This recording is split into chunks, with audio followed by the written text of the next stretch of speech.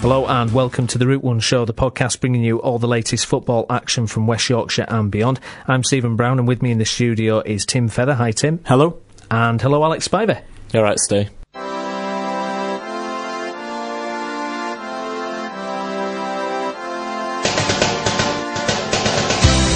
And coming up on the show today, we've got an interview with former Bradford City player Eddie Johnson, and we'll have all the latest news from our teams here in the region, including Leeds United, Huddersfield Town, Bradford City, Halifax Town, Guiseley and Bradford Park Avenue. We'll also be previewing all of the weekend's Premiership fixtures.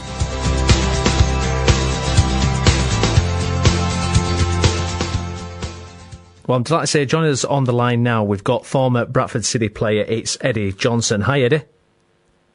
Hi, how's it going? I'm good, thank you. Thanks for joining us. So we're going to look back at your career. We're going to ask you a few questions about Bradford City as well. But we've got to start at Manchester United, where you came through the academy there. What was that experience like? Obviously, you were there when the big man Ferguson was there. How was that experience? Yeah, obviously it was a great experience. I went in there straight from school, so it was a bit of a shock to the system. But I think I got more from it when I look back at it now than when I was actually in there. When I look back at my experience and what I learned, I think it stood me in good stead later on in my career, and it was just a great experience. Obviously, being around great players every day as well, and just learning the way they were, I think helped me in the long run. How much contact time did you get with Fergie then?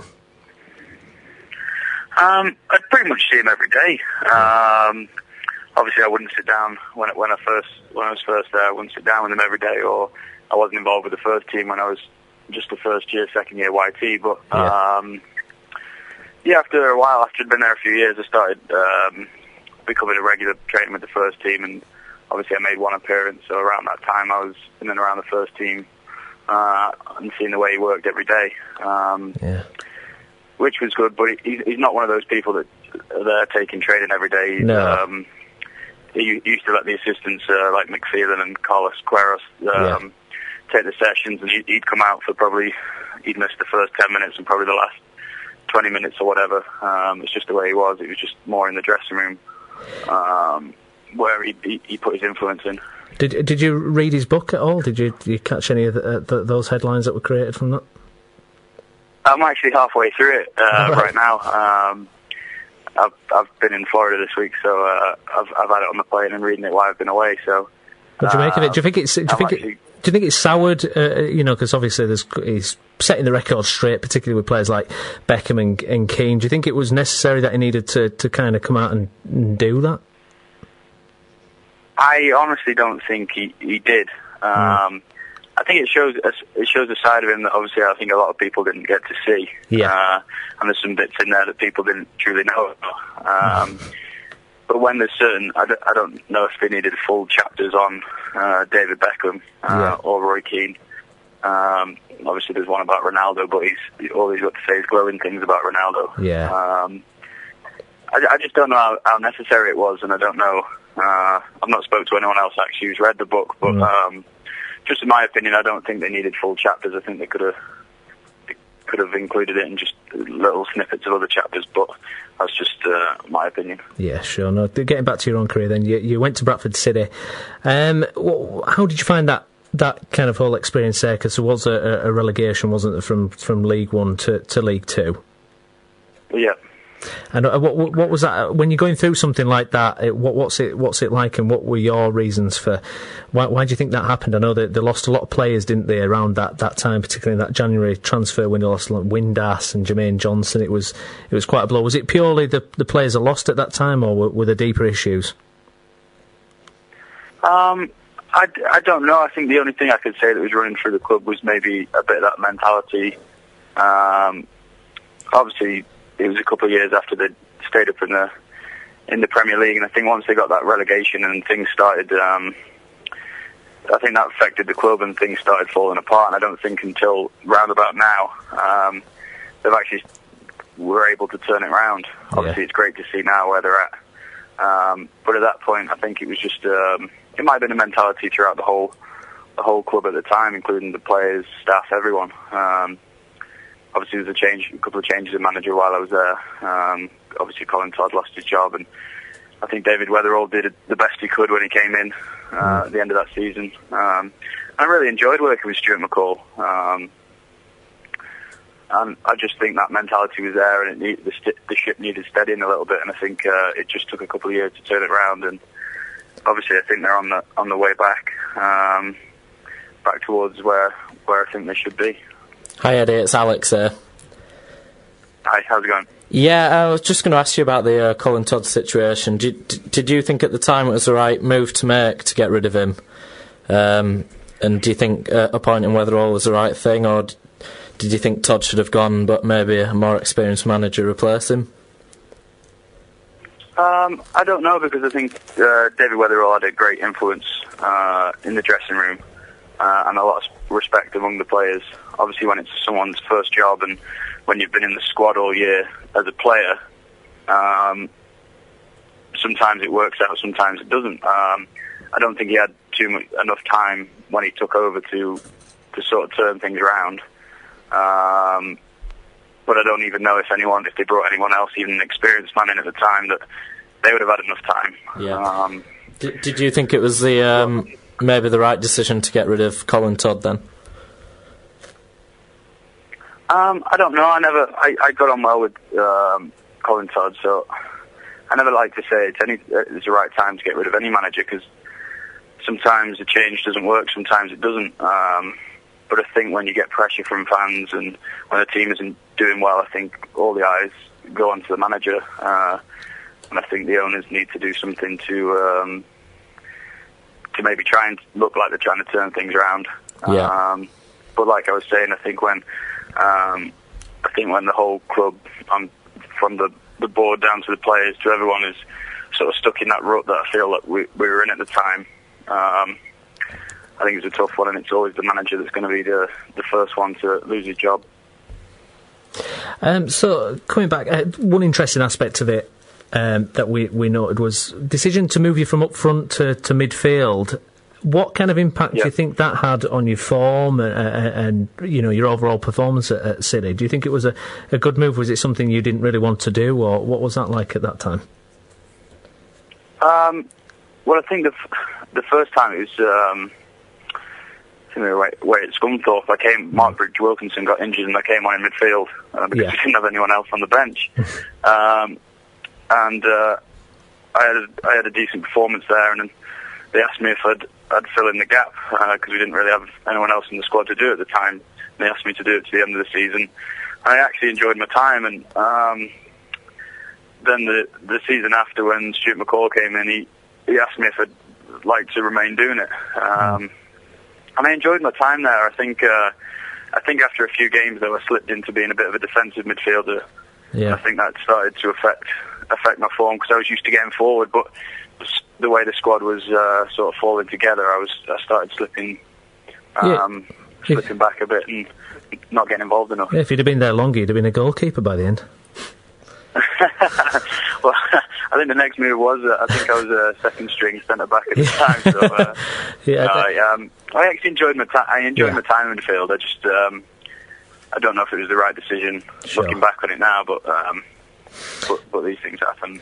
So after City, there was the Chester move, but you ended up going over to America. You played for Austin Aztecs and the Portland Timbers. The American game, I mean, its profile's been raised, certainly obviously since the Beckham move to LA Galaxy. How did you find football in America? I actually really enjoyed my time. The reason I went over the first time was because Adrian Heath was the manager of Austin Aztecs, and I'd worked with him in at Coventry when he was the assistant to Peter Reid. So he asked me to come over, and he explained that obviously it's a growing sport over there. And the first season I was there was a little bit difficult, but after the second season, when I'd settled in and the team had established themselves a little bit more, it was a more enjoyable experience. But in terms of the standard, I think it would surprise a lot of people if a lot of players came over to the MLS to see what the standard's like. What's the support like that when you go over there compared to over in England? the majority of teams, especially in the MLS, have great support. I'm actually watching the draft as we speak now. I'm over in Chicago at the moment, and it's live on ESPN, so it's getting bigger every year. Obviously, I play for Portland, where they sell out 20,000 every week. They've been sold out since they came into the MLS, and they've got fantastic support. So I think the game's growing. I think it's going to take some time because they tend to sign players that are coming towards the end of the career. I know Jermaine Defoe's obviously just gone to Toronto, but he's still in the last stages of his career. So I think they need to turn that mentality around a little bit if they're going to grow. Sure, no, absolutely. And you're doing a bit of scouting now, aren't you, Eddie? I'm doing a little bit of scouting, and I've been over here in America discussing doing some work with the MLS in Europe. So that's what I'm looking to do in the next part of my career, because my career ended a little bit suddenly with injury. So I'm trying to find my next step in the game. Absolutely. Well, best of luck with that, Eddie. Thanks for joining us. Really appreciate it. Follow us on Twitter at The Route One Show. Visit our Tumblr, tumblr.com/The Route One Show, or email us, therouteoneshow@gmail.com. OK, well, we're looking at the Championship now, and unfortunately we've got to look at this. It's Leeds United, and we're joined on the line now by our Leeds United correspondent, it's Jennifer Berry. Hi, Jen. Right. Well, it wasn't a good weekend, was it? It was an absolute disaster. 6-0 loss away at Sheffield Wednesday. Shall I just let you go? Do you want to just have a rant about this? You can say whatever you want, it's fine. You know, to be honest, I've tried to sort of put it out of my mind. I have little flashbacks in the middle of the night and wake up in a cold sweat, but no, it was pretty awful. I mean, I don't think there's any other way of saying it, really. There was no redeeming feature at all, was there? There was nothing positive or anything, was there, out of that? No, nothing at all. I mean, no, I think at the end, all the players that came over, Ross McCormack came over first, he got applauded, and the rest of them were derided and booed off, I think. I know. Zalewkas, did things get thrown at him by any chance? But yeah, well, I'd be surprised if they didn't, to be honest. I've unfortunately seen the back heel inside his own box, which was not exactly advisable, but yeah, it was just horrendous. I was discussing this with Alex on the podcast before we started recording, and I think there's a little bit of danger for McDermott here in terms of job security, because, all right, when we were losing games before, you know, you can argue the league position's not too dreadful, but when you're losing to League Two teams and when you're getting the worst result for the club in 50 or 60 years, that can't continue. I mean, what on earth's happened? Has he lost the dressing room? I mean, it's bizarre. I think McDermott's in serious trouble. I don't know what you think of that, Jen. I don't think so. I think the people that are, with David Haig sort of being in charge and his company.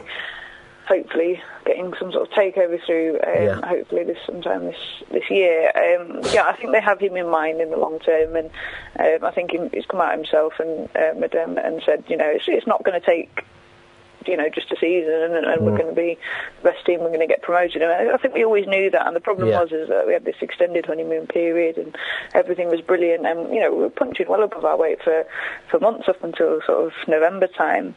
And, we always knew this was going to sort of come, and we said the same thing last season when McCormack stopped scoring, we're going to have problems. And I just think, the squad that we've got is extremely average, and we've needed to add to it. And we've had two signings that, the first game was pretty awful. Hopefully they'll turn out to be a bit better than what we saw with them. But no, I don't think it is. I think it's too early to talk of that. I think if the companies that are involved in terms of taking over and retaining sort of like a majority stake in the club, I think if they weren't sort of all involved already, then I think you'd possibly be looking at a new manager, but I think it's too early to sort of talk about that. Hi Jen, it's Tim. Hi, evening. Hi, I don't think, I'm going to say, I don't agree with Steve and the McDermott being in trouble sort of thing. I mean, I actually have more respect for him on the back of this and the Rochdale defeat, because he actually came out and he said, I don't distance myself from the players because I'm part of the group. We had a good run to get to 35 points, but we're having a poor time now. He's kind of taking a bit of responsibility himself, as in, trying to change things up a little bit, and he called all the players in on Sunday morning for a big team meeting, didn't he? Yeah, but didn't he make fundamental tactical flaws, though? You get 2 wingers in and you drop Matt Smith? Well, it was... Is that just silly? To be honest, and to be fair to him, he did hold his hands up, and like you said, he is more responsible and he takes ownership of these things. In the past, we've had Neil Warnock, who just sort of blamed all his players quite publicly. We had Simon Grayson, who neither took responsibility nor sort of put the pressure on his players, and he's very. He's very clever about what he's saying, but not in a sort of, I'm going to try and shift blame or make it look like this or make it look like that.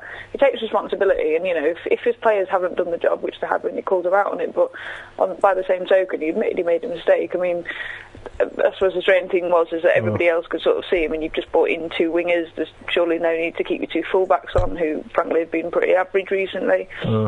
In the formation, it was wrong, and everybody could sort of see that, and you could see that quite quickly, really. And the sending off obviously didn't help, but frankly, I think if it stayed on, I don't think we would have, the defeat probably wouldn't have been so heavy. But it's refreshing to have that sort of honesty, because we haven't had that for a long time. And I think it's it's a mirror of the type of man that he is.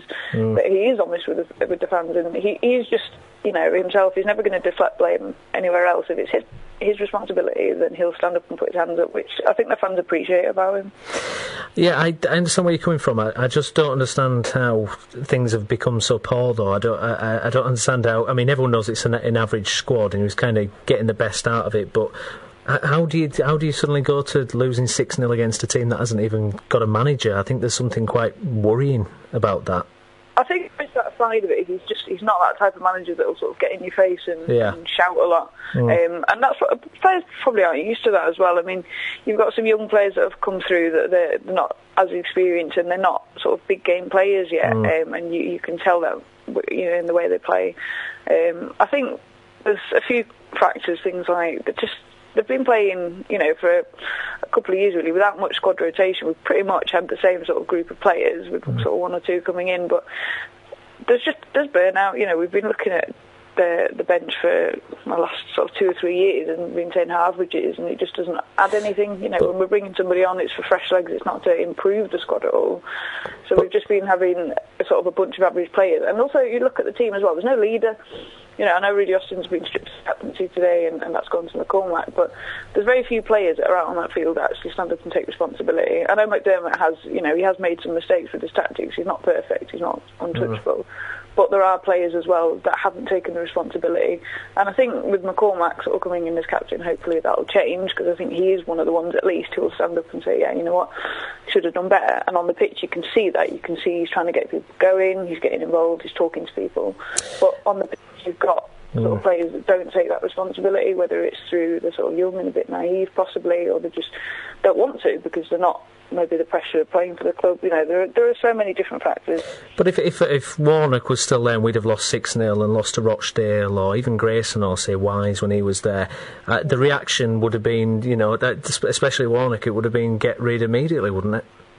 Yeah, but I think the problem with, I think the issue there will have been that Warnock, he was there to do an instant job. He was there to get us promoted, and that was it.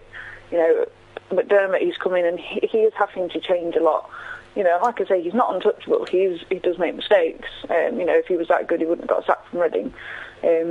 But I think we've just got to bear with him. I mean, he's given them a list of players that he wants, and they keep coming out and saying, well, he can spend, and yet we're seeing transfers blocked.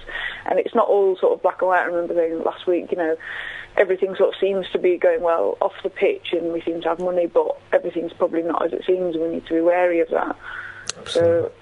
So, yeah, Jen, I just don't think that.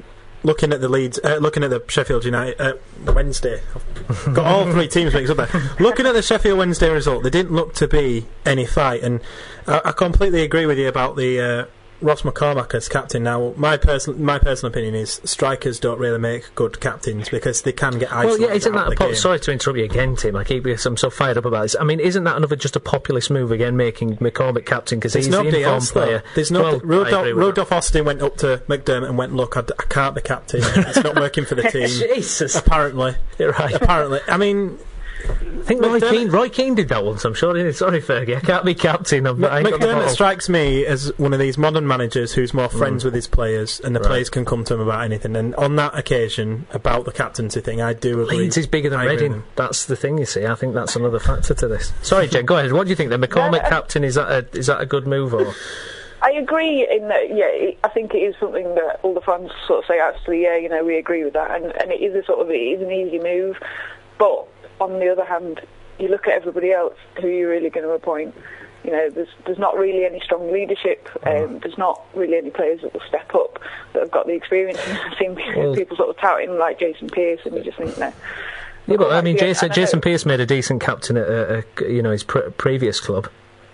I mean, wouldn't you give him a go rather than an untested McCormack? To be honest, it's from what I see of it. I like a captain to be vocal and to be talking to teams and sort of getting people up for it, not only players but the crowd as well. With Pearce, sometimes he struggles to get his thoughts from his head to his feet, and he's a bit like Bambi on ice. And to be fair, I've said it a few times, he's one of the most improved players we've had over the last 2 years. But I just don't think he's ready to sort of move into that captain's role, especially because, I mean, the defence is hopefully going to be changing, if he's going to go back to a 4-4-2. He's going to have to get comfortable, in a new role, and I don't think he has been comfortable in that playing in that back three. We've had some pretty horrendous defensive showings, and I think that back sort of three is just, it's not been as comfortable as what it should be, and obviously Lucas has sort of dropped off as well last couple of weeks. I think that needs to be settled, and at the end of the season you'll probably appoint somebody else. And the worst possible fixture we could hope for, it's Leicester City, obviously absolutely flying at the moment, but how football is. I mean, we might nick that, right? Yeah, we might. I haven't had that many drinks, so I'm not that confident. No, it's just like you say, it's football. It's the best possible chance that they can get to redeem themselves. With it being at home, I think that'll help at least. I think it'll be a decent enough crowd. It's how though. You just think, how are those players that we saw against Wednesday going to do absolutely anything against the leaders? At least against Rochdale, beg your pardon, the Leeds sort of looked up for it. And against Wednesday, there was nothing. There was no sort of skill, there was no basics, there was no tactics or formation that the players were comfortable with. There was nothing. Whereas against Leicester, you'd hope at home that they're going to step it up and think, right, league leaders, massive underdogs, point to prove. Yeah. I think that's the thing that just worries me, though, that the fact that it was just so poor and just, you didn't think it could get, I mean, McDermott came out after the Rochdale game saying that's the worst, experience in football, and then 7 days later it's even worse. Do you think, I personally, I don't know if you think about this, we might be getting too far ahead of ourselves, but if we, a future without McDermott, say, do you think it's about time Leeds go in a different route, maybe a foreign appointment, dare I say, something maybe kind of what Middlesbrough have done with Karanka, something a bit more adventurous rather than playing safe? I don't know, to be honest, I think that's what Leeds need, because we need to be building, I keep saying it, we need to be building the basics, getting a scouting system back in, and to be fair, that's McDermott's bread and butter, that's what he does. Absolutely. You want to get everything, and if it comes to it in, maybe the end of next season, that we haven't got anywhere, we're not sort of challenging at least for the playoffs, then maybe it is time to look at a new appointment. But I mean, at the minute you look around and you think realistically, who would replace him? At the moment we've got sort of uncertainty at boardroom level. We've got obviously bad results recently. We've not got the best squad, even though they keep saying it. I don't think we've got a lot of money to spend.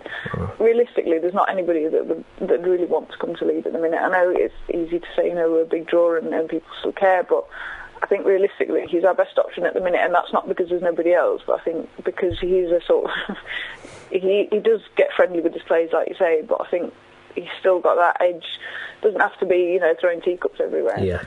But I think as long as he can get a good window in, he can get some decent players in. And a lot of people are saying, well, he's put most of his own squad together. He has, to be fair, he has built quite a lot of it in it. I say, it's not been brilliant, a lot of the players that he's brought in, and he does get a bit chummy with people. I mean, you saw Noel Hunt last year, but I think we've just got to give him time. I think we're always, Leeds fans are always getting impatient, and we're always expecting more and more. And I think he understands that as well. And he's just got to you have sometimes just got to bring it back down. Fair enough, Jen. I think that's a satisfactory post-mortem of the weekend. Thank you very much. No problem. Thank you. See you later. Bye-bye. Bye-bye. Bye. Well, fellas, now, Tim, I noticed you shaking your head when I said about a foreign manager, possibly Leeds, going down. Can I just explain, just to be absolutely clear, this is... He wants Mourinho. This is... the things aren't working at Chelsea. Yeah, couldn't Leeds is too big for Mourinho. Hang on, whoa. Look. Tim's put it on his fact sheet here. Where is it? Leeds' worst result since 1959. Yes, that's right. We lost 6-0 to Manchester United. Yeah, Manchester United, you can understand that when they had George Best and Bobby Charlton. Not Sheffield Wednesday without a manager. I was saying this to Alex in the pub before, though, Tim. I was saying it's not just the fact that we've lost against a League Two team and, we're losing and we're losing. It's the fact that against Wednesday it was startlingly poor. It was so bad. What's he doing? This honeymoon period thing, I don't think... Surely it's better the longer he's been there. He implements his ideas. What the hell was that last week? What was that? Well, first of all, I'll ask you, how long has McDermott been in charge? Well, okay, yeah, so since the end of last season. I can't remember which manager it was, but one of them, a manager said a manager needs at least a season and a half to make the team his own. But Tim, even if you've just come in, you shouldn't be losing 6-0 to a managerless team. Can I just say about Sheffield Wednesday? Yeah. I remember. You did, actually. You can play it back. I did say Leeds would win 2-1. However, I said Wednesday at home have spanked a few sides. They beat Blackpool 2-1 the week before, and they beat Reading 5-0. And Reading were up there as well, and they've got some Premier League players in their team. So you think it's just contextual, the fact that Wednesday are pretty good at home, have beat a couple of teams before. Some people probably go to Hillsborough thinking that it's going to be easy, 3 points, let's take them off you.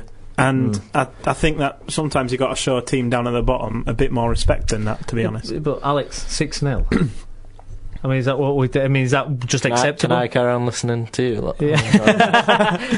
I don't understand. I mean, I was fully behind McDermott. You won't get a bigger fan of McDermott in this room than me. But that's an absolute Mickey take. Not to get on the whole, we're a big club and we don't lose 6-0 kind of thing, but we're supposed to be a team that's challenging for the playoffs this season. We've just lost 6-0 to a team without a manager. It's just not good enough for this club. I think you've got to have a certain pride, about yourself. You're still only a couple of points off playoffs, yeah, but but it's the fact that but we've just lost to a team in League Two and we've just lost 6-0 and we haven't won in God knows how many games. Well, I think the sending off affected it as well, didn't it? I think. Well, you could, but also you give up.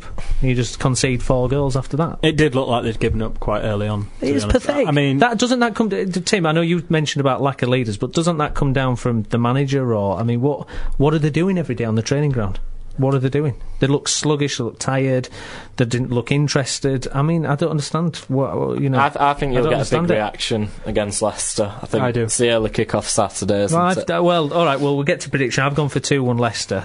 Because I think I'm giving Leeds more than enough credit there by even giving them a goal. I disagree with Jenny that I think she said it's a good thing that you're back at home. I think that could work against you. Absolutely. If they concede early, I think obviously the atmosphere is going to be terrible, but I think it's too predictable. I think it's too predictable to say, football will turn it around. Yeah. I think it's too predictable to go, knowing football, Leeds will win it. I think that's just too simplistic. Well, the other way around, you can't base Leeds just on the last game. I think there will be a massive... They've been poor though for a while, haven't they? I think they've nothing to lose against top of the league. I think you should. Even though we said it after Rochdale as well, you should see a much better performance. Can't believe I predicted us to beat Wednesday. Tim, what have you gone for the Leeds Leicester? If it weren't Leicester, I'd probably say Leeds would come out fighting and win. Yeah. But after Leicester destroyed Derby last week on Friday night 4-1, that's a scary thought. And a little fact about Leicester is they've won 7 of their 12 away games this season. So I've gone.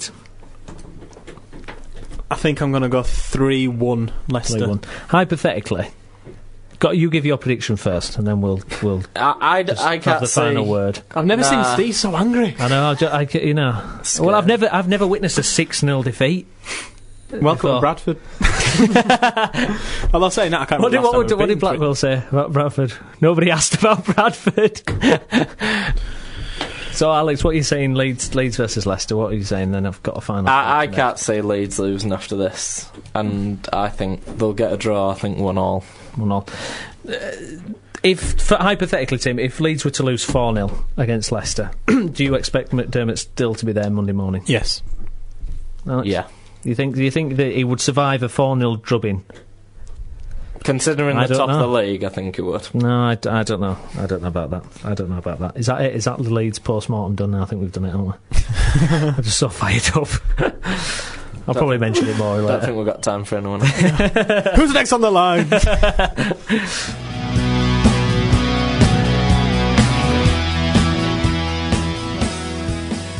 Well, we're looking at Huddersfield Town now. I'm delighted to say joining us on the line is our Huddersfield Town correspondent. It's the Huddersfield Examiner's Doug Thompson. Hi, Doug.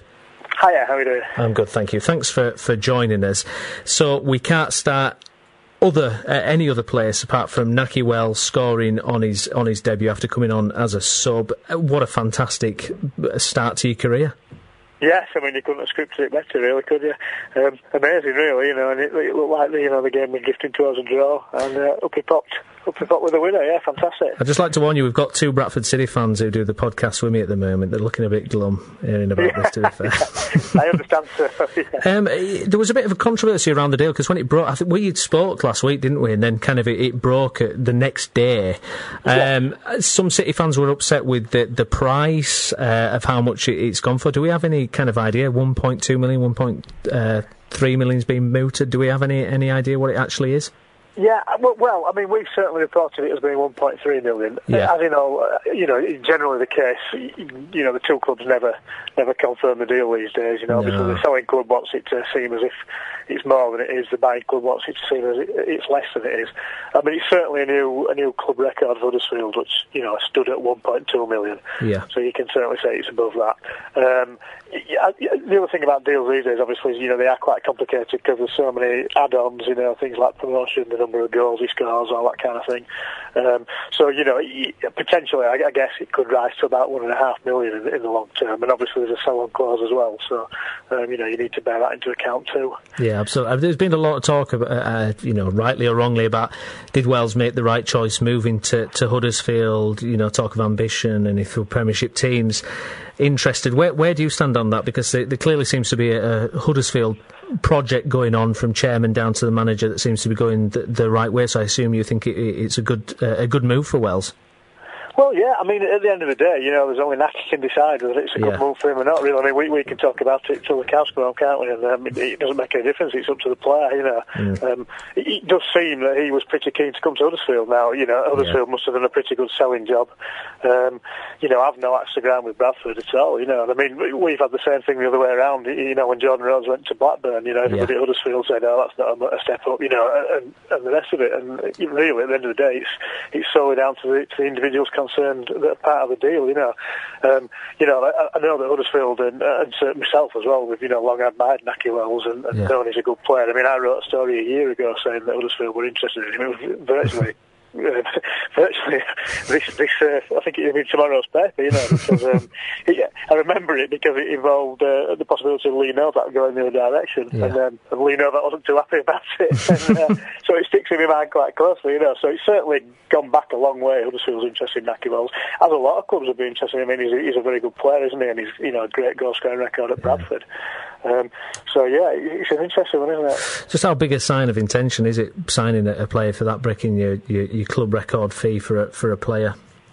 Certainly, a big statement of intent, really. Obviously, when you've already got James Vaughan, they've signed another lad, Joe Lolly, from Kidderminster this week as well.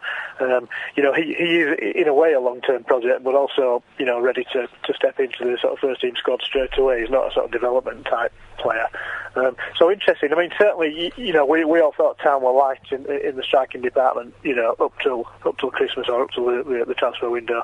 Ironically, Martin Patterson's just started to come good, really, and scored a few few goals, but in general, they have looked. That's the weakness has been up front really. Creating quite a few chances but not putting them away. So hopefully this will start to address that. Hi, Doug. It's Tim. Hi, Tim. Yeah, it is. We have commented pretty much all season that Huddersfield have been a team that are really difficult to defeat and break down, and the fact that they are signing these strikers, it is showing that they're actually ready to try and even push up the Championship and not just consolidate what they had, which is what everyone probably thought at the start of the season. Is it probably a change of goals from Mark Robins come the January transfer window, or is it... I think it's always been sort of part of the long-term strategy, really. They wanted to sort of build slowly but surely and trying to sort of create, not just a playing squad, but a structure at the club, really, in terms of the training ground, which they've never had. I don't know if you've been to Canalside, but that's like a really impressive setup now. It's got everything you'd want. It's close to the stadium, close to the motorway, so that kind of thing's all sort of been part and parcel of the project, really. The academy is far stronger than it used to be. So, they've always had intent to have a good academy and produce players from it. But, they're putting a lot more effort into that and more investment into the academy as well these days. The blueprint for sort of taking Huddersfield Town forward is very heavily reliant on the academy. They worked hard to get Category 2 status under the EPPP, and that's seen as a crucial part of going forward as well, because you've got to bear in mind financial fair play these days and all that kind of thing, and really the fact that they don't want to sort of break the bank, as it were. I know they've just spent a large sum of money, but I think that's it's a rarity for them. I don't think it'll be a regular thing for Huddersfield to spend is all jealous, Doug. Well, I mean, it's really, it's credit to the chairman in a way, because he's sort of put his money where his mouth is, Doug, I have no idea. As a Leeds fan, I have no idea how we're still above Huddersfield in the table. It's surely going to change this weekend. Well, as we say week in, week out with the Championship, you just can't predict what's going to happen, can you? No. And that said, we've been talking about Naki Wells and James Vaughan and all this, but Huddersfield have got a very difficult game coming up at QPR, so that's going to be tough. Come away from there with a point, I think you've done quite well, really. So a lot can happen between now and the end of the season. I don't think that Huddersfield sort of genuinely think that they'll get in the playoffs. So there's always an outside chance, because you just you don't know what's going to happen. You don't know if you can get on a little run of form. You don't know what other teams are going to do. I think in the long term, they'd certainly like to be in that situation. And I think, getting a place in the Premier League even for a season would be a massive thing, clearly, financially, So I think that's the long-term objective is to do that one way or another.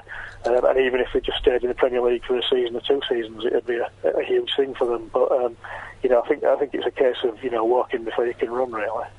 Well, you have seen what Derby have done, really. They were looking over their shoulders at one point, and now they're pushing up for those playoff spots, aren't they? Oh yeah, and I mean, we talk about it in the office all the time. You look at some of the teams that have been up in the Premier League, Burnley and Blackpool and teams like that. Why can't Huddersfield Town do it? There's no reason why they can't do it. It's just getting the right building blocks in place. And hopefully, they're heading a bit more towards that direction. I don't think anybody's making any rash predictions that they're going to do this and they're going to do that, really. It's, but as a long-term objective, that's what you've got to aim for, really. I mean, just one last thing on Naki Wells. When the news broke on Friday, I had a day off work, so I was sat glued to my Twitter to Parker of the TNA and everyone, and my first thoughts of it was, this is a poor move for him. He's not moved. I thought looked at it more of it being a sidestep, because sometimes it's not... Huddersfield, obviously, all these clubs that were being mentioned, there was Aston Villa, QPR, all these big name clubs that were being mentioned, and he chose Huddersfield. But then when I started to think about it, on the bench a couple of weeks ago, QPR and Nico Cranshaw, which I've always rated Nico Cranshaw as a good winger. And if you've got big names like that sitting on the bench at QPR, Naki Wells would definitely be one of those bench type players. So if he went to someone like Huddersfield, he's going to still get the game time that he'd be getting at Bradford City. Maybe it might be slightly reduced, we don't know. That's how Mark Robins sees him producing. So I have actually started to change my opinion on Naki Wells and thinking it might be a good move for him, actually. He said that through gritted teeth. Can I just note that, Doug? No, it's a good point. I mean, we said the same thing about Jordan Rhodes when he went to Blackburn. Potentially he could have gone to a team like Fulham or, Reading as they were then in the Premier League, and you think, well, will he play regularly? Will he be on the bench? Will he not even get on the bench some matches? And in terms of developing a young player, that's not always the best way to go about things. By coming to a club like Huddersfield in their situation, or an equivalent sort of club in the Championship, like you say, you're going to get more regular football. If you're good enough, you're going to score goals, which Jordan Rhodes has done. And eventually, 2 or 3 years down the line, you're going to get a big move, really, or a move to a bigger club. And I think, I spoke to Naki Wells after the game on Saturday, and he basically said that, he wanted to take a bit of a step up in terms of the level he was playing at, obviously League One to the Championship, but he didn't want it to be too big a step too soon, and he saw that as a halfway house, if you like. And I don't think anybody at Huddersfield is kidding themselves, that he possibly sees the club as a stepping stone to the Premier League, at another club, but, if he does that and scores goals in the process, everybody's happy, really. Well, I suppose looking at the game ahead against QPR, that's the acid test, isn't it, against Doug, about Huddersfield's credentials as potential playoff candidates? Yeah, it's a really tough game. You look at QPR's record; he's very strong at home, particularly. It was a good game against them earlier in the season. It was a 1-1 draw. Both teams had chances to win it. Both could have lost it quite easily. Probably be another game like that. But as I said before, I think a point at QPR would be a pretty decent outcome, really. Hi, Doug. How concerned are you at this fact, if I'm right? If the website I got it from hasn't. QPR have only conceded 4 goals at home this season, and Huddersfield have only scored 6 away. Yeah, that's right. Yeah. That's why we call him the fact sheet, Doug. we haven't had Naki Wells in the team to rub it in even more. No, it is a concern. Like I said earlier on, that's been the worry about Town this season. The ratio of chances created to chances taken has been quite large. So, it would be good to start scoring a few more goals, but, you couldn't get a much tougher place to go, really, than QPR, I don't think. Certainly, we've been to Leicester this season and I think, gave them a reasonably good sort of game. Burnley again, so you think that perhaps one of these weeks, we might actually get a win in one of these places. And the other thing to bear in mind, that if you stats have shown that, is Huddersfield have never won a league game at QPR. Is that right? All these years of trying, yeah. So, perhaps it will happen tomorrow. Saturday, you never know. Brilliant. Doug, pleasure to speak to you. Thanks for joining us. Yeah, it's a pleasure. Nice to speak to you. Excellent. Take care, Doug. Thank you, mate. Bye-bye. Bye. Bye-bye. There we go. So, Doug Thompson, I thought he did well. He didn't rub it in too much, did he, about the Wells thing? So I guess, first of all, let's deal with the Wells thing. It was a classic Wells finish, wasn't it, against Millwall. Typical of what he does, really. Yeah, I thought it was... I saw a couple of Huddersfield fans on Twitter reacting to what Wells had said after the game. He said that Huddersfield play total football, they like to play football on the ground. And some Huddersfield fans took that as Bradford City play horrible football and rubbish football, but the goal that Naki scored was the goals that he were banging in for City, to be honest. It was a long ball, long ball over the top, and basically capitalising on defender-keeper mistakes and finishing it off. That's how he does it. And is that good though? That gives them another option now. Maybe a longer ball. There's they can mix it up a little bit better with a Wells type. Well, yeah. You could see it at City. He always wanted. Quite often, he did want the ball to get played through. Yeah. He played on the shoulder. He did want the ball getting played through. However, Bradford don't have the players who with the ability to give that ball. Well, you said that a while ago, didn't you? A few weeks ago, about the fact that the don't supply. No. You can see Wells looking frustrated. He wants it over the, played through, and it just wasn't happening. Was it? But maybe with players like Adam Clayton around him, he might start getting some of the Leeds shouldn't have got rid of.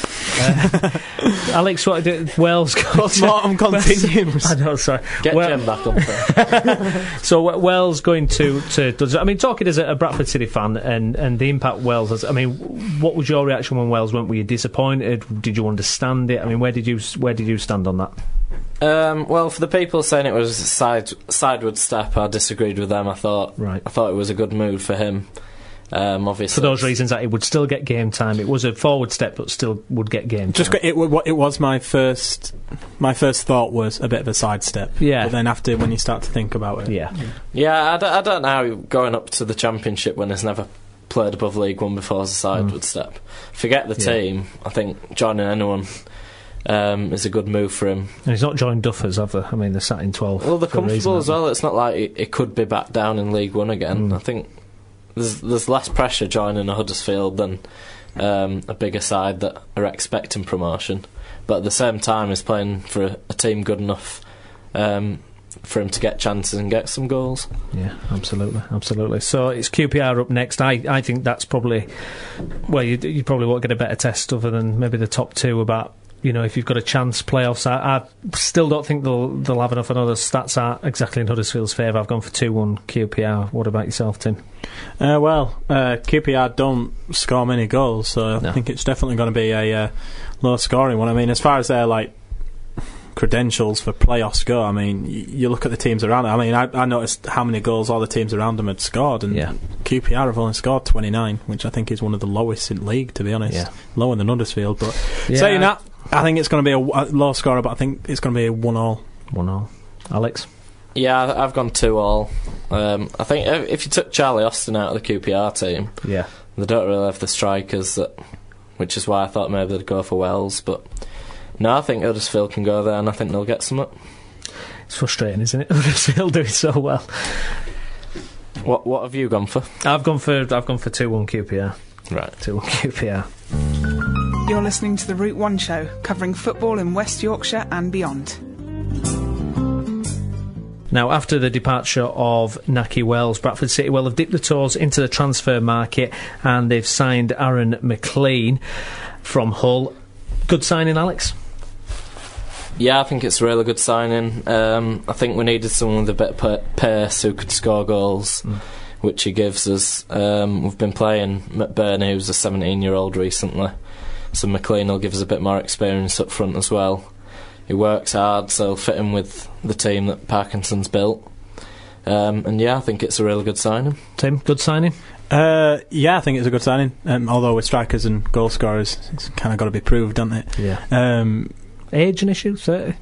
No, for me, I think that's the age of a striker that City need, to be honest. I mean, we've got a lot of young strikers. We've got Lewis Clarkson, who's very young, Ollie McBurney, who's very young, and Hansen's still young for a striker, really. And I think having someone who's slightly older and slightly more experienced will help us out, because I think those games where it's, for example, like on Saturday against Bristol, where it was 1-1, you needed someone just to come out and just stick a foot in, and I think that sometimes that's a kind of experienced striker that you need, and that could be the key to that. A bit of nous. Well, let's hear from Aaron McLean now. He was chatting to our Bradford City correspondent Pete Chapman earlier today. It didn't take very long at all. It was just a case of agreeing the contract, agreeing things on the other side with Hull, and then it was done pretty quickly.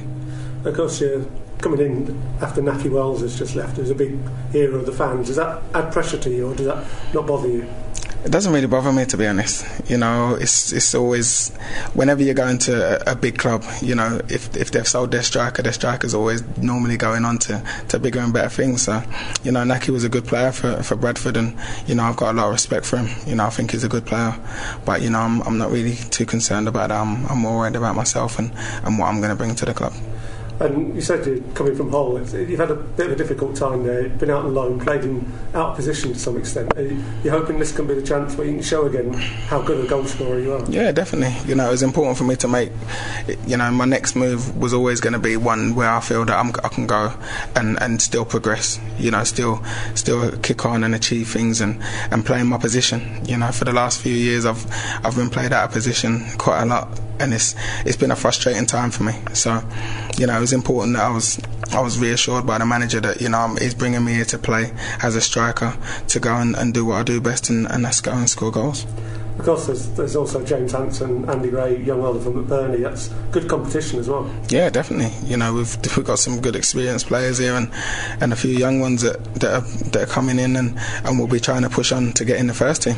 So I know I need to come here and work hard and score goals in order to keep my position. But I'm confident in my own ability that I can do that, and I'm looking forward to a good, successful period at Bradford. Of course, everybody knows Bradford had such a great year last year. Mm-hmm. Did you know much more about them before you signed? I've known of Bradford for years. From even when they was in the Premiership years back. They've always been a massive club with a great fan base and a good following. So, it's always been a big club that I think are in a false position at the minute. I think they should be a lot higher than in League One.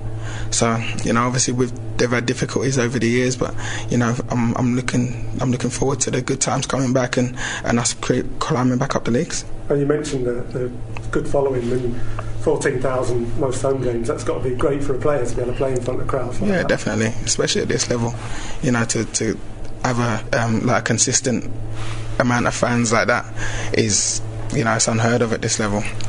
So yeah, I'm looking forward to coming and still having that same buzz of playing in front of thousands of fans every week and hopefully scoring plenty of goals and giving them something to cheer about. How important was the manager Phil Parkinson in your decision to come? Yeah, it was huge. You know, he's a manager that I respect greatly, and you know, I was really looking forward to working with him. You know, and he's been great with me since I walked in the door. You know, we had a long chat yesterday, and you know, he spoke a bit about what he wants from me and a bit about the club and stuff, and you know, I spoke to him a bit about what I expect as well, and the type of person that I am. And yeah, you know, we definitely clicked, and I'm really excited about working with him. And what are your personal ambitions for your time at Bradford? I want to get promotion while I'm here. You know, I want to help this club to kick on and get back to somewhere near where they belong, and score plenty of goals. You know, that's what I've based myself on my whole career, is working hard and scoring goals, and you know, hopefully that's what I'm going to do. And are you the type of striker that sets yourself a target? I do set myself targets, but I don't tell people. You know, I'm very critical of myself. You know, and over the last couple of years, you know, for one reason or another, I've not been able to reach the heights that I'd set previously. You know, so now I'm looking forward to getting back playing regularly and enjoying football again, and scoring plenty of goals. There we have it. That's new Bradford City signing Aaron McLean there, talking to Pete Chapman earlier today, and I'm glad to say we've got Pete Chapman on the line now. Hi, Pete. Hi, Steve. Thanks for joining us. So you sound very, very upbeat, ready for the challenge. What kind of instincts did you get for him there? Is up for it? Yeah, very much so. Yeah, he's pleased to, I think, have the opportunity to show what he can do again. Because, as you heard in the interview, he's been at Hull and then out on loan and not playing in his natural position. And something that Phil Parkinson said when I spoke to him as well is that he's brought him to play down the middle as a striker. He also, Phil Parkinson also added that one of the key things he thinks is that he can form partnerships with several of the players, other forward players they've got there, in that he can play running onto balls in the way that Nahki Wells did, or he can play as the target man like James Hanson does. So it allows other players to play their natural game as well. And he was quite open in the interviews, Phil Parkinson, where he said, we've got to be honest, when we didn't have James and Nahki playing together, we weren't very good. So it's 7 days on now from Wells signing for Huddersfield. What was your impression going up to the training ground today and things? What was the mood amongst the camp there? How does the club feel about losing Wells 7 days on? Well, again, Phil Parkinson was very, very open about it. He said there was a flatness amongst the squad, not only obviously amongst the fans and things. We all saw that via social media and things, but the players as well on the training pitch was a flatness. But Aaron McLean's introduction to them today has lifted the mood, and everyone's happy and looking forward to forming an on-field partnership with Aaron and hopefully getting the goals and taking Bradford back up the table. I guess it's perfect timing, isn't it, really? It's kind of just buffered the kind of mood from losing Wells, I guess, hasn't it? It has, yeah, and apparently they tried all they could do to get him in for last Saturday, but they just couldn't get it sorted out. And that's now it's all been sorted. He's a Bradford City player, and yeah, that it had to be done quickly, as Phil Parkinson said. Strikers are a premium in the transfer window. Everyone wants a goal-scoring striker, and he set his stall out to get Aaron McLean, and he's got him. So that's got to be positive for Bradford City. Hi, Pete, it's Tim. Hiya. Another massive signing for Bradford this week, or at least I think it's a massive signing, is Matthew Bates. He's signed a deal on till the end of the season. Do you think he'll form a better partnership with Davis and McArdle, Will? Or because it's probably more likely going to be Davis slotting in there in February when he comes back? I would think so, yeah. I mean, I spoke to Andrew Davis in the press room last Saturday, and he was saying that he's back in training now, so he's on the mend, he's off crutches, and he should be back in February.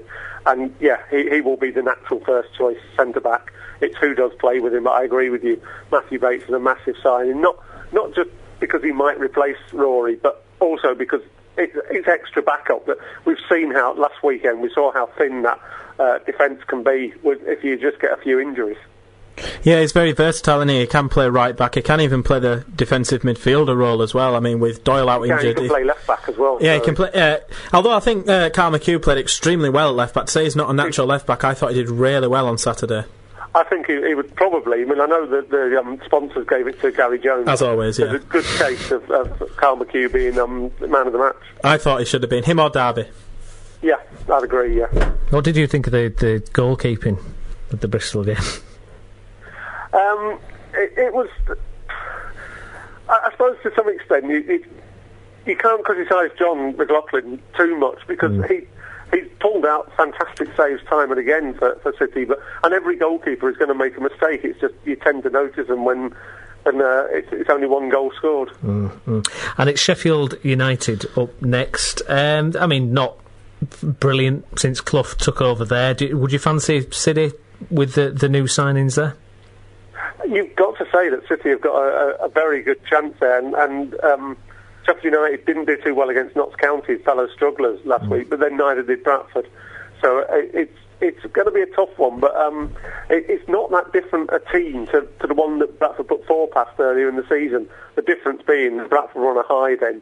They're in a bit of a lull at the moment, but maybe the signing of McLean can give them that burst, and that they go there and they win. That they should be used to the big crowds. It's why they wanted to be in this division. You know, it's one of the big things of being in this division. You're going to play at places like Bramall Lane, Molineux, and have the really big crowds that players want to play in front of. So, Pete, there is life after Nahki Wells? I think definitely, yeah. And I think if the supporters that were angry about it, if they sit and think about it, they'll realise that for the good of the club, for the good of the player, it was always going to happen. And from the good of the club point of view, it's better it happens sooner when you can get more money for him. After all, we weren't winning with him, were we? No, that's very true, yeah. Fair enough. Pete, thanks very much for joining us. Okay, you're welcome. Take care. See you later. Okay. Bye-bye. See you then, bye.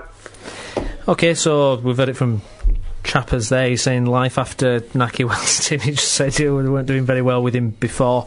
Is it always a bit disappointing though when you lose someone who's become kind of a bit of a crowd favourite though, and you know, to go to a local rival like Huddersfield? But or is this is just part of life in the lower divisions? I think the famous saying that Hollywood has made famous that it's nothing personal, it's just business kind of thing. This is perfectly, to be honest. But yeah, people consider Huddersfield as rivals, but they are our local rivals.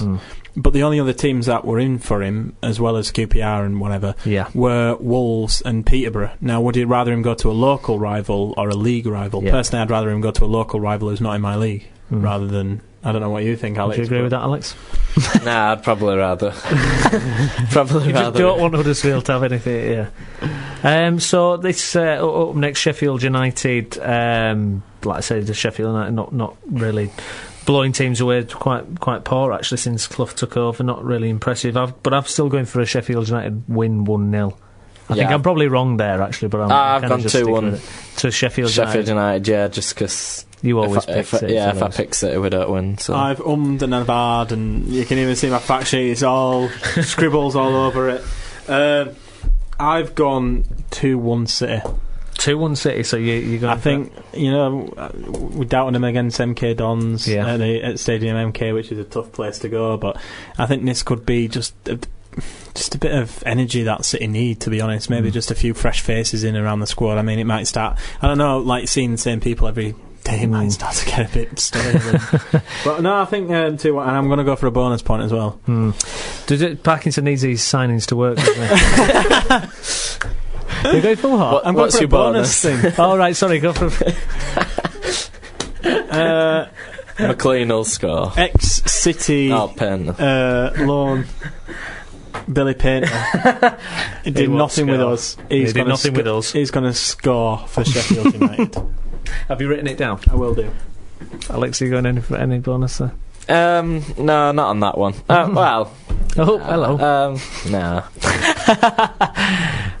Sorry, before I was saying, Parkinson needs these signings to work, though, doesn't he? You were saying his record, signings-wise, not been that great. Yeah, I think, well, certainly the last year, 18 months have not been great. I think the first bunch he bought at the start of last season were really good, but no, I think McLean will give everyone a massive boost, and I do think he is the perfect partner for Hansen. It sounds like he wants to hit the ground running, doesn't he? Yeah, he seems up for it. Yeah, and all his ex-fans have said how hard he works, so I think he'll suit our team. I think I saw something on Facebook where there was even a Huddersfield fan going, "That's a good signing for you. He's better than that league." So, but like people have criticised his scoring rate, but like I said in the interview, he was played out of position quite a lot, so that could hinder him. But. Fair enough. We'll wait and see.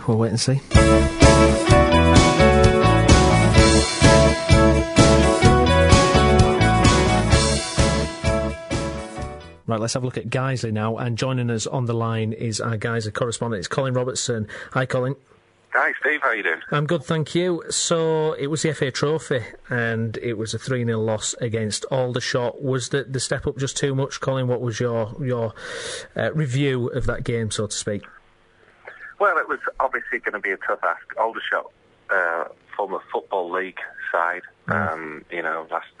this season obviously had troubles in terms of the 10-point deduction in their division, and yet they're out of the relegation zone. One of the teams that could potentially, go on and challenge next season for promotion back into the league, if you ask me. And they set out very strongly. They had some good football, and the full-time aspect of their game, I think, showed, because they closed us down so much and so energetically throughout the match. But even so, I mean, it could have turned on a couple of moments. If we'd had a little bit more fortune on some of the forward movement that we made in the game, we might have got a different result on the day. But overall, I think they deserved it, and they clearly did deserve it. But, there was no shame in the defeat, and perhaps we weren't helped by the fact we had so many postponements in the weeks leading up to the game. That's not good. What was Matt Bauer's reaction then to the game? Was he not overly disappointed, or was it something that was building? Wasn't there was momentum in the FA Trophy, I guess? But how did Bauer feel about it? Well, he's always so measured in his reaction to games. I mean, he's disappointed, obviously. I mean, that was a trophy that I think had an outside chance of winning. Get going a decent way. So it's always a disappointment. Had we taken them at home, their away form would have been different. So his reaction, I think, was one of we were soundly beaten. Did point to a couple of key things in the game. Early on, Alex Johnson went through on goal, some distance from goal, but was pulled down and a yellow card. This was within a couple of minutes of kick-off, and he felt that might have turned the game's favour had the referee decided that it was a red, and he said there was a case for that. And in the second half we started out, we were well below par in the first, but in the second half we started out the stronger side. And had we had a bit more fortune in front of goal, then we would have perhaps got ourselves into the game. Anything might have happened then, but we switched off for the third. A quick free kick was taken on a counter attack, and it just exposed us down the left hand side of our defence, and we were pulled apart. And once the third went in, it was a game set match, really. Hi, Colin, it's Tim. Hi, Tim. How you doing? Do you think that, you lost 3-0 in the Cup, but could Guiseley fans take the positive out of this, that it wasn't a league game, and that the fact that Cup game probably helped blow a few of the cobwebs out from not playing for a couple of weeks? And do you think not playing for a couple of weeks in the league will hinder Guiseley, or do you think it'll help them to have a bit of a refreshing break? I don't know. I think in a way you get out of match fitness, and I think the Cup game showed it up a little bit. We had players like Danny Forrest who were coming back after having had an injury. On the other side, we had a few injuries that were causing us problems, a couple of games, one game being missed would probably be seen as a positive. But with it being 3 in a row, We didn't play from Boxing Day till I think it was the 11th, wasn't it? The day to the game. That's a long old stretch. It's like having a winter break. Football. Yeah, it's a winter break, isn't it? And in which case, you have to kind of ease yourself back into it. Well, there's none of that, is there? Exactly. Some news coming from the club this week. Zach Dale left by a mutual termination of his contract. Have you got any opinion on that? What's happened? The inside scoop there? Well, there's a few things actually that's happened across the course of the week. Zach's obviously gone off to further his career. He's gone to Canada, I believe, from the Twitter account. So he's just making a break, trying to further his career. And he's been a very popular lad at the club. Everyone seems to wish him well, and product of the academy, and so a good thing for him to progress his career. Another thing to mention is signing today of Ollie Johnson, who's a striker, played with Norwich and York City, and this is first drop, I think, out of league football. Former Stockport player, so the chance he might play possibly on Saturday against them. And the fact that Ben Parker's penned his name to a deal with the club. That's a good signing, I think, as well. Absolutely. Although he did score an own goal on Saturday, so just a bit of rustiness. He was forced into it through guilt. You mentioned it. It's Stockport County up next. That's got to be a comfortable game for Guiseley there. Would you say, Colin?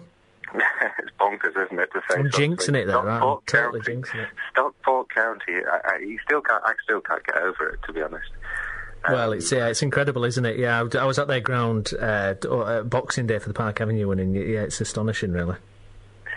But I don't think you can take anything for granted. I mean, they're not having a great season, obviously. No. Some would have thought that they could have bounced back straight away, and they're finding life harder. I thought they might find the allure of playing for Stockport might attract quite a few players at this level to the club, but it hasn't worked out so far for them, but they've been still capable of getting some big results, and obviously the Avenue game shows that. Yeah. I don't think it'll be easy by any stretch of the imagination. You hope, though, that after having last week's game under our belts and a fresh face in the squad, you'd hope that we'd get back to winning ways, but of course we just have to hope this rain holds off. Yeah, exactly. I've watched a couple of videos of Stockport, so I've got my scouting report to send to Mark Bauer. Defensive. They weren't from 2007, were they? No, they're from Championship Manager 97-98. No, I saw the highlights of the Hensford game this week, and defensively, Stockport were they were all over the place, and they didn't look too good. So with the way that Guiseley's going forward, you would fancy them, but Stockport do have Phil Jevons, who he does stand out in the Skrill North. I've noticed a couple of the highlights. It's funny, you can never quite read too much. There's been a lot of strange results in the division, and often they happen midweek as well. I think if you've got one or two players that can't make journeys or are struggling with injuries, I think midweek can tend to bring it out and exacerbate it. And you only need a couple of key players out for certainly a defence to be pulled apart. I don't know if that is the case with Stockport this week, but I certainly wouldn't be feeling overly confident that they're going to be at 6s and 7s again on Saturday. I just don't tend to find it works out that way. No. By the way, Colin, if Tim ever offers you a video to watch, don't watch it. Just a word of advice there. Although he did show me some... What rating this podcast got? Exactly. Colin, thanks very much for speaking to us. All right, cheers. Take care. See you later. See you now. Bye-bye. Bye-bye. Bye-bye. There we go. There's going to be some rumours about you now, on that iPad of yours. Hey, I've got a video of a demon baby going around New York here. It's hilarious. We'll tweet a link to that.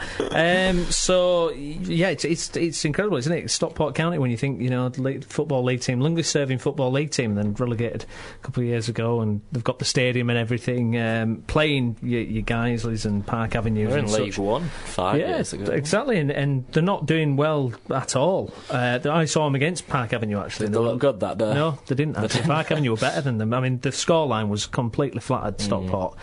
I can only see Guiseley winning. I've gone 3-1 Guiseley. I think it'd be very comfortable for them. I've gone for 2-1 Guiseley. I've gone 3-2 Guiseley. We'll wait and see. I hope we haven't jinxed it. Click subscribe on iTunes and get the Route 1 show every week for free. Well, what a difference a couple weeks can make, especially in the life of Bradford Park Avenue, as they recorded back-to-back wins for the first time since September. And I'm delighted to say we've got Chris Bell, our Bradford Park Avenue correspondent, on the line now. Hi, Chris. Hello, Steve. You all right, mate? I'm good, thank you. Thanks for joining us. So it was a pretty horrible Christmas and New Year for Park Avenue, and then suddenly the Worcester game, an incredible 6-1 victory, and then back-to-back wins with the 3-2 against Gloucester. What's changed for Park Avenue? Well, it's hard to pinpoint towards one specific thing. A couple of new faces has probably helped.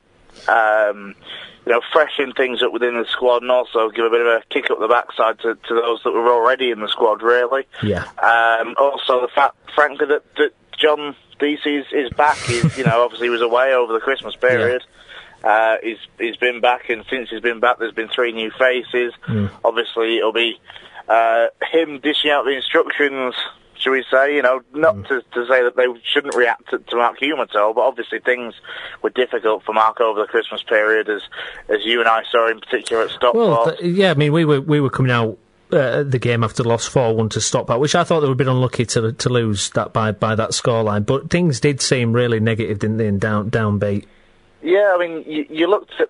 Well, I mean, we saw as we were trekking back to the car that night. To be fair, the Park Avenue players, 3 or 4 of them in 2 separate little pairs sort of thing.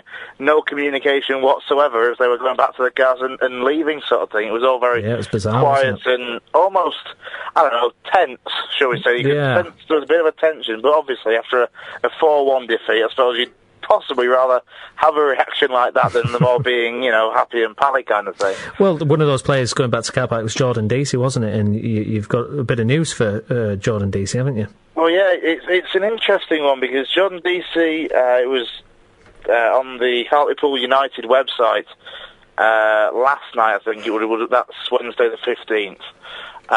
Basically, he was in the lineup as a trialist in a reserves match, basically for Hartlepool United.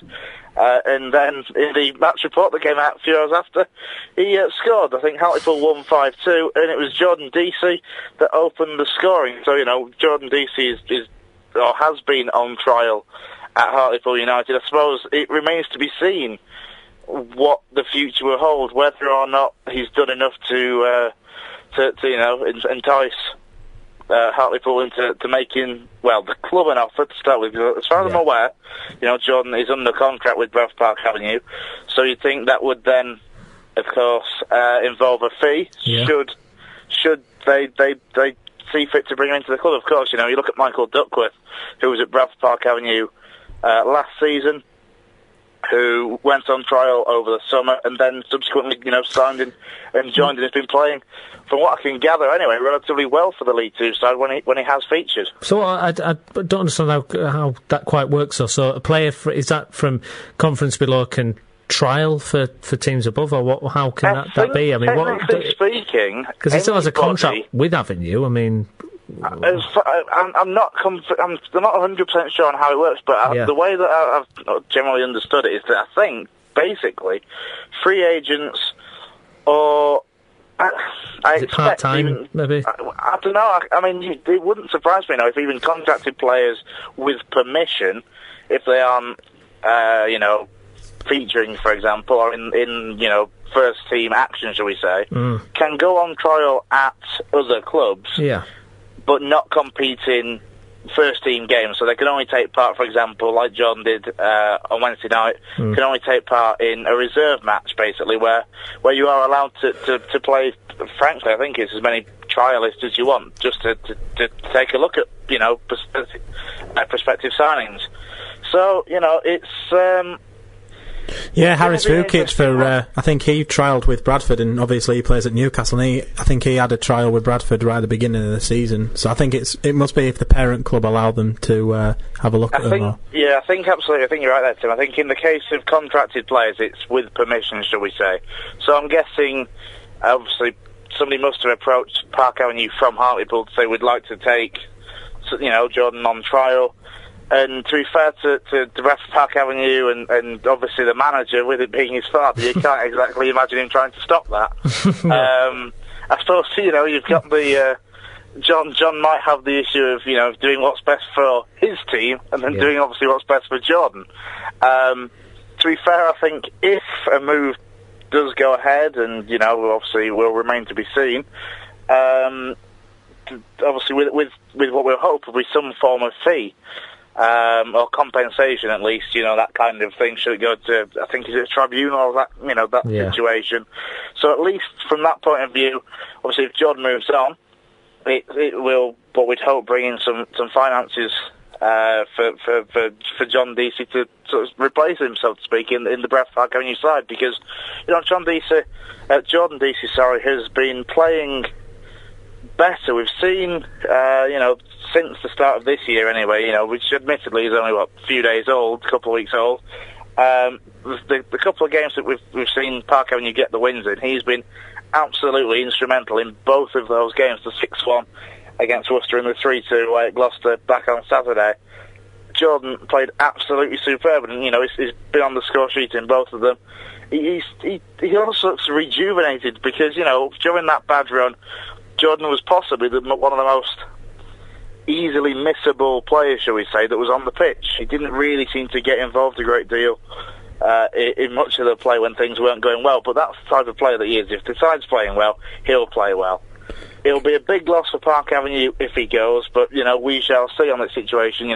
John Dean, the chairman, said to me before the game against Gloucester that with Danny Glover and Ryan Coulter coming in, that he would expect there to be 2 or 3 players leaving the club. Now, I understand from John Deasy, having spoken to him after the 3-2 win, that Jason St Just and Charlie Clamp may well be the likely goers, the likely ones to leave. There's just how much actually there is in terms of communication between John Dean and John Deasy. I do wonder sometimes, because when I mentioned to John Deasy about what John had said, he gave me a bit of a puzzled response, or a puzzled look, shall we say, as if he said what kind of thing. But we shall see what happens, especially if Jordan leaves, then they will need to replace him. But it's all ifs and buts at this moment, it has to be said. As far as I'm aware at this point, nothing official has come out with regards John Deasy's future. It's one of those where, from Bradford Park Avenue's point of view, if he stays, it's a bonus. If he goes and they can get a good fee, that could be a bonus in the long term. Can he make the jump up? I can't see why not. I think there's a handful of players for Bradford Park Avenue that, it wouldn't surprise me that if League 2 sides and possibly the odd League 1 side maybe we're looking at, the likes of Alex Davidson. He's one of those players that can make things happen. He's been guilty in the past, I remember him back at Guiseley, of just frankly not passing and being frankly too greedy. He's one of those where he's trying to take on everybody, and when there's an open man to pass to, he wouldn't. He'd just keep the ball and try and take on another half a dozen players, sort of thing. But he seems to have lost that out of his game. I think it's that kind of team player, shall we say, that he's developing into, which wouldn't, a football league side could take an interest in. I think for Jordan, he's only young. I think 21, 22-year-old at most. So it's perfect age, isn't it? Yeah, it is, isn't it? It's a long way in his career to go. Really, I think a step up to League 2, it's very much doable, I think, for a player like Jordan Deasy. It's a feasible move, absolutely, because, that could well be a decent stepping stone for him in his career as a football player. Absolutely. Hartlepool's a nice place. Nice tapas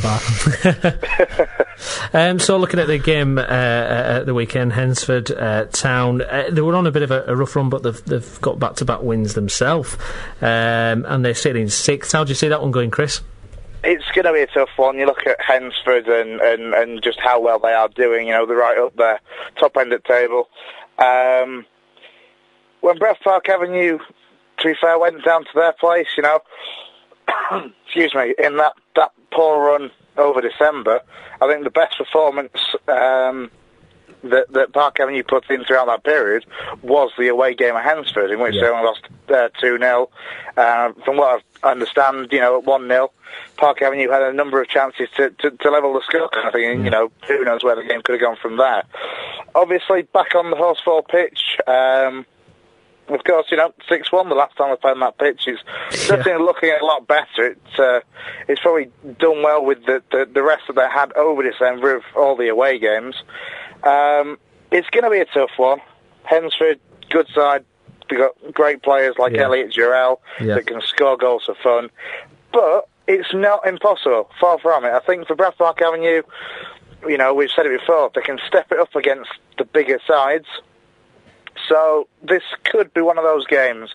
I think it'll be narrow either way, but I'll be optimistic and I'll go for a 2-1 Park Avenue win. Hey, there we go. Optimism. Perfect. Just one last question, Chris. This is how with Kidderminster reaching the 4th round of the FA Cup and you took them to a replay. Does that make you feel a bit better?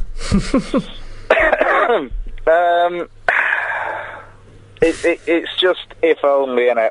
That's what I keep thinking at the moment. Is if only, Alex Davidson's shot that hit the post and somehow came back out. If only that had gone in, and Paul Walker as well. He hit the post in the first half of that match.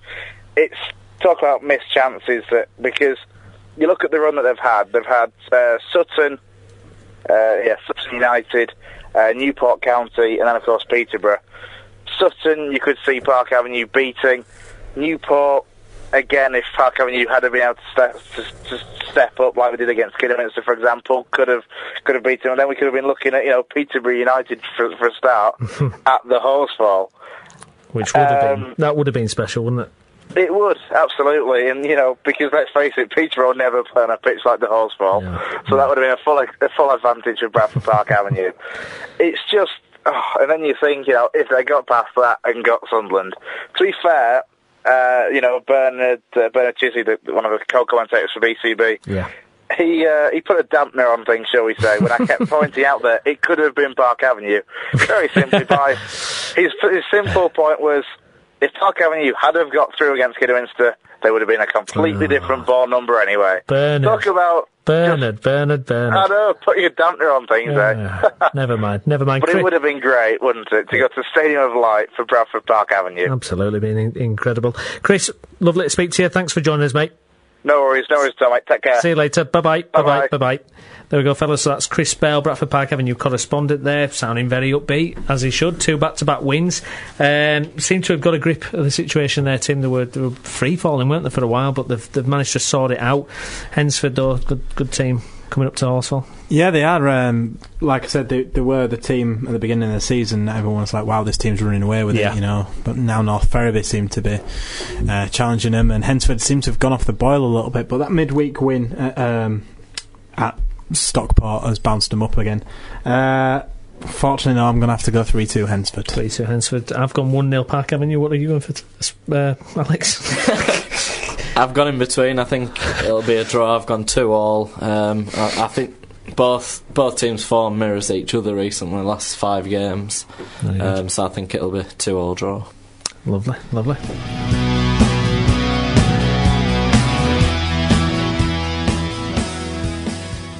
OK, let's have a look ahead to the weekend's Premiership fixtures. And we're going to start with Sunderland versus Southampton, which is the early kick-off on Saturday afternoon. Interesting developments this week because Nicola Cortez has left Southampton. I was a little bit surprised. I know there've been rumours and, I guess negotiations about which way the club were going forward, and Pochettino did say in the summer he'd leave if Cortez left as well. So that's going to be interesting. Pochettino's come out and said he won't leave, but interesting. Is this a good time to play Southampton? I don't think it's got any. I don't think really it should affect the on-pitch happenings. Really, I don't think the off-pitch stuff should affect it. I mean, it did. There was something mentioned on the radio before I came out, which was about how like we never knew who any of these chief executives were about 10 years ago. Yeah, now we seem to know every single thing about them. But I think there were rumours that this guy Nick Cortese could still come in and actually buy the club back again and have the full stake. Yeah, I've heard that. It depends what the I can't remember her name. It's Yeah, too many, no, yeah, it's too many odd names. I can't remember. know. Well, I agree. So I've gone. I think it's a good time to play. I've gone 2-1 to Sunderland. We've all done that. I think Gus Poyet's turning a corner, to be honest, and I think the form of Adam Johnson is. Yeah, he's looking top draw again, isn't he? That's so all you need to get an England team, and it just won. Yeah. So what have you gone for, Scott Wise? Yeah, I've gone 2-1. I think I fancy Sunderland to stay up, and I think it's probably a good time to get Saints, but. It's a tough one, but it's a tough journey for Saints. It could be way off here, couldn't we? It could be 3-0 to Southampton easily, couldn't it? Thing is, I do take in context. It is a long journey. It's out from Southampton to Sunderland, so that could hinder them a little bit. So what score have you gone for? I've gone for 2-1 as well. 2-1 as well. Let's have a look at the 3 o'clock kickoff, starting with Arsenal Fulham. Arsenal still, people doubt them, but they're hanging in there. You two doubted them. Long way to go yet. I said I'd wait and see. But yeah, they're hanging in there. They're hanging in there. Good victory against Aston Villa. They're playing against Fulham next. They beat Norwich 3-0 their last game. But I can see Arsenal cruising there. I've got 3-0 to Arsenal. 3-0. Have you got 3-0 as well? Oh dear. 4-0. So that's pretty straightforward there. This is a difficult one. Crystal Palace Stoke. After last week, Pulis. Yeah. What do we think? I've gone for a narrow Palace 1-0 victory. No. This is not interesting at all. I don't believe it. Is that what your first 3 have all been the same? So we're either going to do really well or really rubbish. Well, at least I'm going different from you two. What have you gone? I've gone 1-1. I thought Stoke going forward against Liverpool actually looked quite threatening. Yeah. Oh, is this a game where you say Stoke never lost at home and then didn't even go for them? I'm not bitter, by the way. No, I think Stoke are decent. Usually decent in defence, and I think going forward, I think they'll get a goal. And I've gone 1-1. You've gone 1-1 there. Another difficult one: Norwich City versus Hull City. I've gone 1-1 there.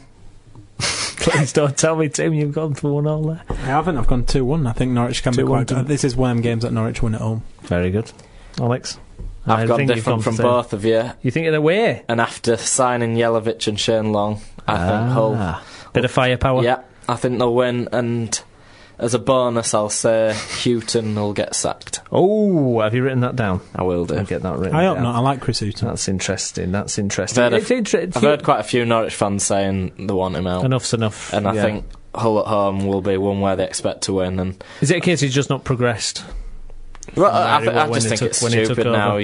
There's plenty of teams down there that could go down, and if you're above the bottom 3, I think you're doing a good job. But obviously, it's just getting silly now. No one's got any time. Everybody wants to be Southampton. It's modern football, isn't it? That's true. West Ham versus Newcastle United. West Ham, they somehow. They after all this turmoil and everything, they got a 2-0 win last weekend. Has Allardyce turned the boat there? Is return of Carroll, etc. Is that going to power them forward? Yeah, I think it'll help them in this game. I've gone 1-1. 1-1. I think Newcastle are still a decent side, but I think that result will help West Ham to get some. Tim, I think after the horrific officiating of last weekend, I think it'll spur Newcastle on more, and I've gone for a 3-1 win. 3-1 win. Yeah, I've gone 2-1 to Newcastle, actually. Really? It's the first time I've ever put Newcastle to win a game away from home. So there's a better win. There's no point in doing this score prediction, but I think you missed out Man City versus Cardiff, because I think we all know which way this is going to go. Oh, I didn't I? Yeah. Yeah, that's absolutely true. Initially I was going to write 4-1, but I scribbled it and I went for 3-0 to Man City. Yeah, I've gone 3-0 Man City. I think it's take your pick on how many you want to. I put 5. 5-0. Flipping out. There we go. So moving on to, the later kick-off, Liverpool versus Aston Villa. I bet you thought I was going to miss that Liverpool one, didn't you? Liverpool-Aston Villa one. I've just gone 4-0 Liverpool. I think, open and shut. I've gone for 2-0 Liverpool. I think it'll be a bit more. I think it'll be harder to break Aston Villa down. But you got to Aston Villa have won there in the past, haven't they? So that's right. Alex? Yeah, I fancy Villa to score, but I've gone 3-1 Liverpool. You've gone 3-1 Liverpool there. Moving on to Sunday, Spurs versus Swansea. Interesting thing I was thinking about this week. How crucial is it that Tim Sherwood kind of is successful at Spurs in terms of looking at English managers? Do you think that's a great opportunity for English managers to stamp? Do you think? I mean, he's been given the job where no one kind of expected Tim Sherwood to be in charge in January of Spurs, but it's a huge opportunity. And how important is it that he's a success at it, so other chairmen have faith in English managers? Yeah, well, it could be kind of the flagship at the moment because there aren't many English managers out there, to be honest, especially ones that are setting the world on fire. And I think if he can make a job of Spurs, then it'd be a good thing. But then, could you have a bit of cynicism about it and say that Tim Sherwood was the cheapest option for him to go for? They didn't want to bring in anyone, and if a big name manager becomes available, would Tim Sherwood be out straight away? And looking at his record so far, though, I mean, it's only a few games into it. Alex, I mean, what do you think the whole Sherwood thing is? I think it's a chance, isn't it? It feels like a chance for an English manager to kind of be with a competitive team as well. It's not a team towards it, it's a competitive squad. Yeah, isn't they don't usually get a big team, do they? But no. I think either way, if he does well, I think either way at the end of the season they're going to bring someone else in, and I think if he does well and they're in Europe, then they'll be able to attract a good manager. And obviously if it fails then it won't carry on, but I think they only gave him, was it 18-month role? Yeah. Just to show a bit of stability, but I think either way he'll be gone at the end. I'm still surprised at Jermaine Defoe going. I'm a bit gutted, to be honest. Are you a Jermaine Defoe fan? I like Jermaine Defoe. I think, especially just the fact that he's leaving the Premier League. I mean, I didn't think he'd stay long at Tottenham, but I think there would be other... Do you rate Defoe? No, I think he's a decent player, but I do. He's one of the best finishers we've ever had, as far as like ever. I mean, for finishing, I think he scored 2 goals 2 years ago, something the whole season. But I think he's a good player, but I do think he's overrated by a lot of people. What do you think? I agree with you, actually. Me and Alex were actually criticising Defoe in the pub before. I don't think the Spurs will miss him, to be honest. Moving on from that biggie at 4 o'clock. You're not taking our scores. Sorry, yeah. What was I've gone 2-1 Spurs to Spurs. What have you guys gone? I've got no idea. Literally, I've just gone 1-1. 1-1. Surprisingly, I've gone for Swansea, I think. What? Yeah. What have you gone for? I've gone 1-0 Swansea. 1-0 Swansea. Swansea. That game would have been a lot more interesting after a Europa League week. Yeah, it would actually, yeah. They'd be like, no, Defoe, come back. Chelsea versus Man United, the big game on Sunday. Banker. I disagree. I think Man United are going to rally, yeah. I think it's going to be a draw 1-1. I think Man United are going to rally. What have you gone for? Can I do a bonus that Chelsea will definitely win, if you both think they won't? That's fair enough, isn't it? Yeah, why not? Neither of you think they'll win? Chelsea, yeah, but you're already predicting that Chelsea will win. So that's your point. Yeah, I'll do a bonus saying they'll win. All right, then. Yeah, all right. Is that all right? Yeah, no, go ahead. You both clearly think they won't, so there's no worry about it. But what you've got to remember is I have no confidence in my own predictions. That's what you've got to So you've both gone for a Man U to... Well, I think they'll still park the bus, to be honest. I really think. I think it's a Rooney or Van Persie still, don't they? I think they'll park the bus though. What score have you gone for? 2-0 Chelsea. 2-0 Chelsea. What have you gone for, Tim? 2-all. I've gone 2-all. And you've gone what? So why don't you think Man United will lose? I think. How are they going to score 2 goals? I don't know. I got mine covered. Penalty. Is yours 1-all? Sorry, still. 1-all. Yeah. I think there will be some goals. I think it's a kind of game where Welbeck is. He seems to score goals in the bigger games. Yeah, I think that's a good shot. I think Welbeck, yeah. But maybe you never know. Like, Hernandez might come on and he likes scoring at Chelsea, and I really don't know what I'm thinking, to be honest. Evra, he could get a header, Tim, we're either doing really well or really badly. I think I know which way this week's going. Well, to be fair, I'm not confident with mine, but I do think Chelsea will win, and I think Moyes going away to a big team again where he doesn't usually win. That's true. And Mourinho, who always gets it right for the big games. Yeah, I just can't see. I'd like Man U to win, but I don't think they will. Looking at the title race, I kind of see it Chelsea, Man City myself. I think I see Man City. I just think Man City are going to be too strong in the end. We're saying this, have Man City been slightly overrated? Now, obviously, that seems nothing to say with all the goals that they're scoring, but I'm saying so early to say they're going to be so dominant and talk of quadruples. I mean, that's just too early. I think they've scored 99 I can definitely see them doing the domestic treble. I can see them getting all 3 English. Someone said... I think that some of the other teams that are challenging for them are not good enough. Let's face it, they're in the League Cup final, 6-0 at West Ham. By the way, all the people who laughed at City for losing 5-0 at Swansea, at least we did it at Wembley. I just want to say that. Someone said on Twitter that if a team had been as dominant and scoring as many goals as Man City had done in La Liga or another league, then we'd all be criticising that league for being, rubbish defensively and all that kind of thing. I've always said La Liga is too easy and it's easy to score in the La Liga, but Man City is starting to prove that that maybe the Premier League is not the hardest league in the world. I mean, their away form isn't good. No. I mean, let's face it, against Newcastle, they were lucky. It should really have been. I think Newcastle would have seen out a draw there. Yeah. And the only reason that City got the second was because Newcastle had to push to try and get something. So, but at home, they're just... I can see Man City going into the Champions League like with Barcelona going to Nou Camp with a 2-goal cushion. I can easily see him beating them by 2 goals at Etihad. It's going to be a fascinating game, that, isn't it? It's going to be brilliant. So, do you think... Sorry, yeah. I think... do Arsenal have buy-in, is it? Yeah. No if Arsenal go out straight away and Man City and Chelsea do keep carrying on in the FA Cup and don't you think that would benefit Arsenal in the league? No, I disagree with that, because look at Bradford City last year. When they had that League Cup run, there's something about... It's the same when Leeds were actually winning the Champions League and the league form picked up the longer they were in the Champions League, because I don't know, there's something about playing a quality opposition and you kind of get into a rhythm. Yeah, mindset. And I think that I think if Arsenal drop out of the Champions League, they get thumped by Bayern Munich. I think it just dents the confidence. Do you think Man City can beat Barcelona? Yeah, I do. Yeah, absolutely. Yeah, I don't think Barcelona. I think they'll be physically. Yeah, no, I don't. I don't think Barcelona anything like they were a few years ago under Pep. Don't you think Bradford's form in the league last season's picked up after we're finished in the cup, though? Possibly after, but what I'm saying is it's the confidence factor of having a run in a cup. I think. That could be a lot of rubbish, I don't know. Who knows? So, final game then. Monday night, it's West Brom versus Everton. This is a tricky one. I've gone 3-2 Everton. I'd whack it. West Brom manager's first home game, isn't it? Well, first game is second charge of.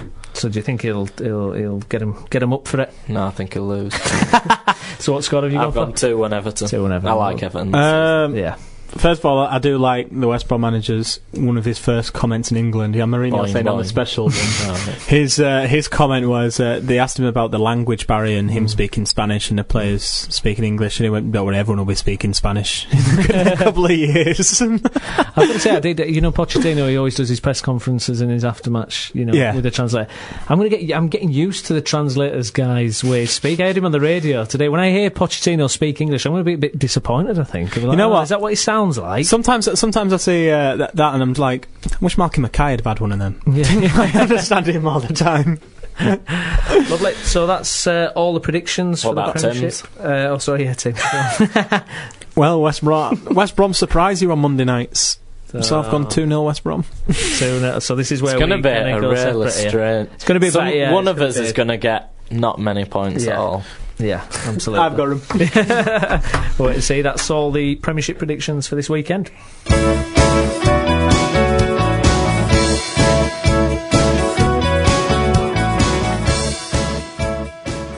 Well, that's all we've got time for here on the Route 1 Show this week.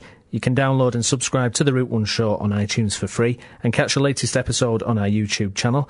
And don't forget to follow us on Twitter at the Route 1 Show, and you can email us any questions or comments at theroute1show@gmail.com. And also check out our blog at theroute1show/tumblr.com. I've been Stephen Brown, and with me for this episode has been Tim Feather. Thank you, Tim. Thank you. And Alex Spivey. Thank you, Alex. Cheers, Steve.